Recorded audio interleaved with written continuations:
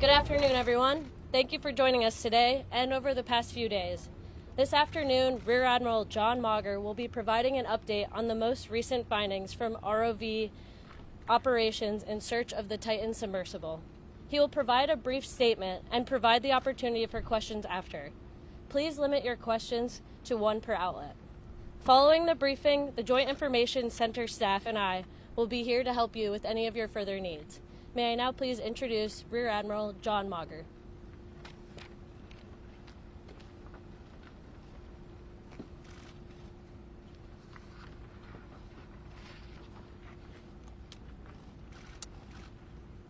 This morning, an ROV, or remote operated vehicle, from the vessel Horizon Arctic discovered the tail cone of the Titan submersible approximately 1,600 feet from the bow of the Titanic on the seafloor. The ROV subsequently found additional debris. In consultation with experts from within the Unified Command, the debris is consistent with the catastrophic loss of the pressure chamber. Upon this determination, we immediately notified the families. On behalf of the United States Coast Guard and the entire Unified Command, I offer my deepest condolences to the families. I can only imagine what this has been like for them, and I hope that this discovery provides some solace during this difficult time.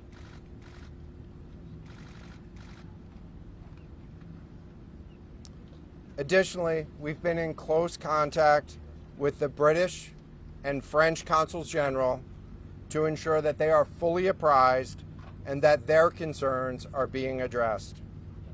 The outpouring of support in this highly complex search operation has been robust and immensely appreciated.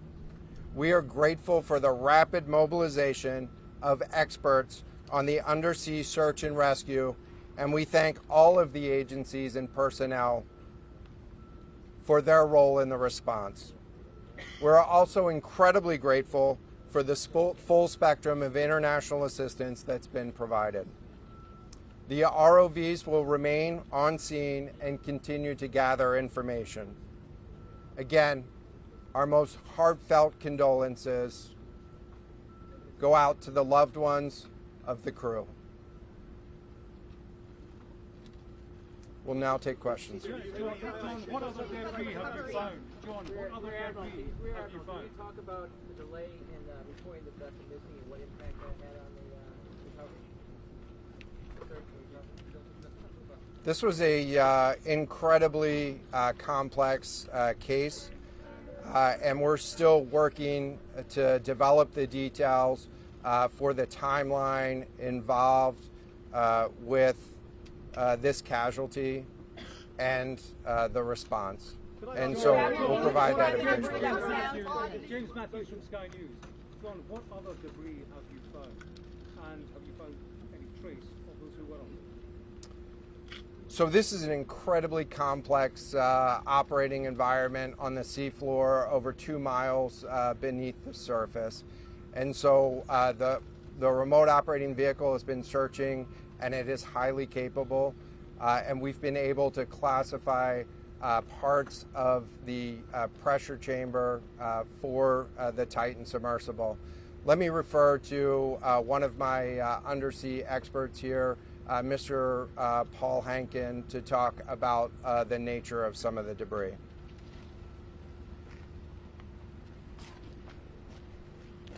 Thank you, Admiral. So essentially we found 5 different major pieces of debris that told us that it was the remains of the Titan. The initial thing we found was the nose cone, which was outside of the pressure hull. We then found a large debris field. Within that large debris field, we found the front end bell of the pressure hull. That was the first indication that there was a catastrophic event. Shortly thereafter, we found a second smaller debris field. Within that debris field, we found the other end of the pressure hull, the aft end bell, which was basically comprised of the totality of that pressure vessel. We continue to map the debris field, and as the Admiral said, we will do the best we can to fully map out what's down there. Thanks, Paul. Admiral, can I may? Thank you very much. Go ahead. It's a very difficult question to ask, but it will be an important one for the families, of course. What are the prospects of recovering the bodies of the missing crew? So the questions was related. I'm restating the question from the standpoint of sometimes it's hard to hear the question here. What are the prospects for recovering crew members? And so this is a incredibly unforgiving environment down there on the seafloor, and the debris is consistent with a catastrophic implosion of the vessel. And so we'll continue to work and continue to search the area down there, but I don't have an answer for prospects at this time. Admiral, it's Tom Costello at NBC News. Is there any Lucy Watson, suggestion? ITV News. Sorry, any Admiral. suggestion at all that the sub itself collided with the wreckage of Titanic, or that instead it might have imploded above the wreckage and then rained down nearby? So the question was, is there any question as to whether or not the sub collided with the Titanic or whether it imploded above and debris field created from that? So the location of the Titan submersible was in an area that was approximately 1,600 feet from the wreck of the Titanic. I have an expert here that is familiar with that area and can talk about the debris field and what the debris field indicates in terms of where the casualty may have occurred. Rear Admiral, really quickly, can you tell me when that massive fleet will be called back? Hang on a second. The expert voice is coming up to answer the question. Thank you, Admiral. So the question is, where does the wreck lie in relation to the Titanic? I didn't hear the Admiral's answer. I think 1,600 feet. Was that correct, Admiral? Yep, you got it. So that's off the bow of Titanic. It's in an area where there is not any debris of Titanic. It is a smooth bottom. To my knowledge and anything I've seen, there's no Titanic wreckage in that area. And again, 200 plus meters from the bow, and consistent with the location of last communication for an implosion in the water column. And the size of the debris field is consistent with that implosion in the water column. Thanks. Admiral, if I can ask you a question, in terms of the timing here, you say that this was a catastrophic implosion. And I know it's early on, but is it your estimation that this happened right at the moment when they lost contact, an hour and 45 minutes after their descent? So the question was about the timing of the catastrophic implosion. Right now, it is too early to tell with that. We know that as we've been prosecuting this search over the course of the last 72 hours and beyond, that we've had sonar buoys in the water nearly continuously and have not detected any catastrophic events when those sonar buoys have been in the water. So, Can you describe what happens from here, sir, in the next days and the weeks in terms of finding any more debris? What happens from here? So we will. The question was, what happens from here? What's the next phase?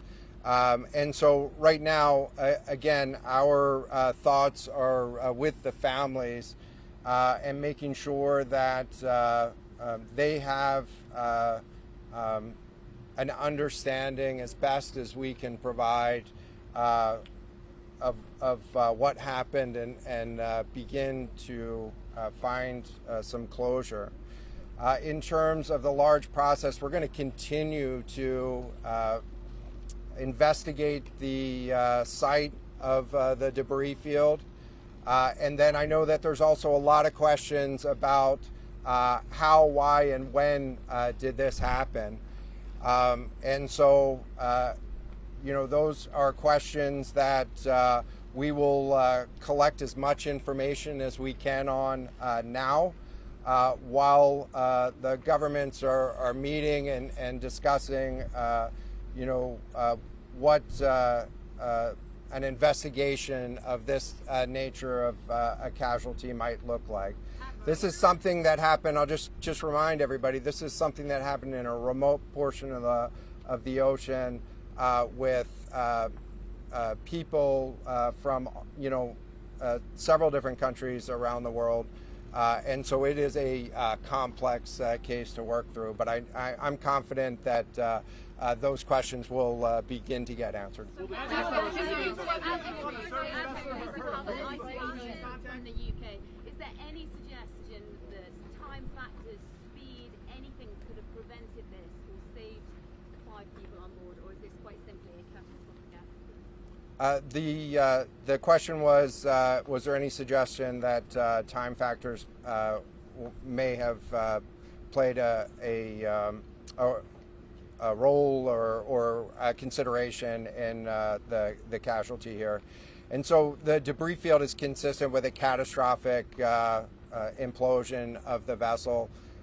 Again, while we were prosecuting the search, we had listening devices in the water throughout and did not hear any signs of catastrophic failure from those. And so we're going to continue to investigate, or we're going to continue to document the information there and understand, based on all the information we have, the timeline.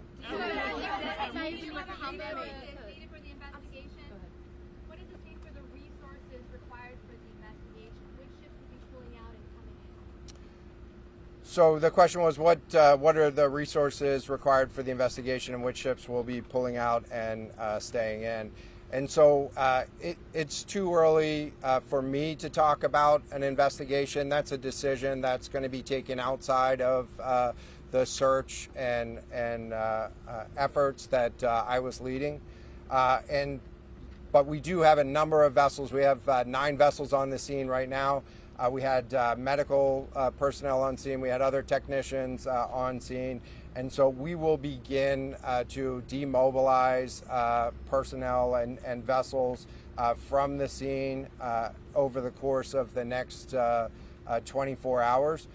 But we're going to continue remote operations on the seafloor, and I don't have a timeline for when we would intend to stop remote operations on the seafloor at this point. As a result of this, do you think there should be changes in the way these are safety rated or inspected so that this won't happen again? Yeah, the question was essentially about, do you think that there should be changes in safety ratings or inspection for these standards? I know that there's a lot of questions about why, how, when this happened, and the members of the Unified Command, have those questions too, as professionals and experts that work in this environment. And this is an incredibly difficult and dangerous environment to work in out there. But those questions about the regulations that apply and the standards, that's going to be, I'm sure, focus of future review. Right now, we're focused on documenting the scene and continuing the subfloor. I know we don't know the timing of things. I know we don't know the timing here. We don't know the timing here, but there was the banging noises yesterday that redirected and redeployed the ROVs to this area. Is there anything conclusive in those noises, and did that redirection and then finding this debris field today all help? So throughout the search efforts, we reacted to the information that we had available to us, and while we continue to send it off for deeper analysis. Again, really complex operating environment for us to work in.